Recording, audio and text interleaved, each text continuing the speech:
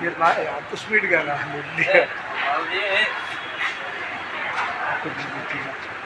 కొద్దిగా praise the lord. ఈరోజు July 21వ తారీఖు 2025 సంవత్సరం సోమవారం. మేము ఉదయం 9:40కి విజయవాడ నుండి నేను లాజరు పామరి వెళ్ళి అక్కడ శ్యామలాపురం అనే చోట హోసన్న మందిర్లో సెమినార్కి వెళ్ళా. నాకు విసుగు వచ్చింది. వయసు ఇప్పుడు 80. ఎందుకు ఈ ప్రయాణాలు, మా పిల్లలు వద్దంటున్నారు.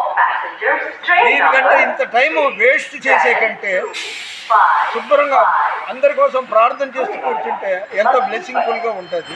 అందుకని అసలు నాకు తప్పు. ఎందుకంటే నాకు ఒక బీపీ షుగర్ ఏమి దేవుడు మంచి ఆరోగ్యం ఇచ్చాడు.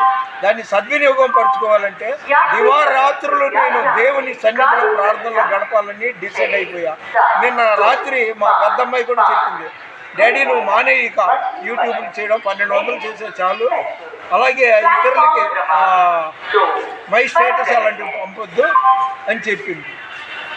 ఈ యూత్ వీళ్ళు గుడ్లవల్లేరు వెళ్తున్నారంటే వీళ్ళ కుటుంబాన్ని దేవుడు దీవించును గాక. మన వినికిడిలో దేవుడి కొన్ని మాటలు దీవించును గాక. ప్లీజ్ లైక్ చేయండి, షేర్ చేయండి, సబ్స్క్రైబ్ చేయండి. మా దేవుని పరిచయంలో మీ రత్నం ఫ్రాన్సిస్. God bless you.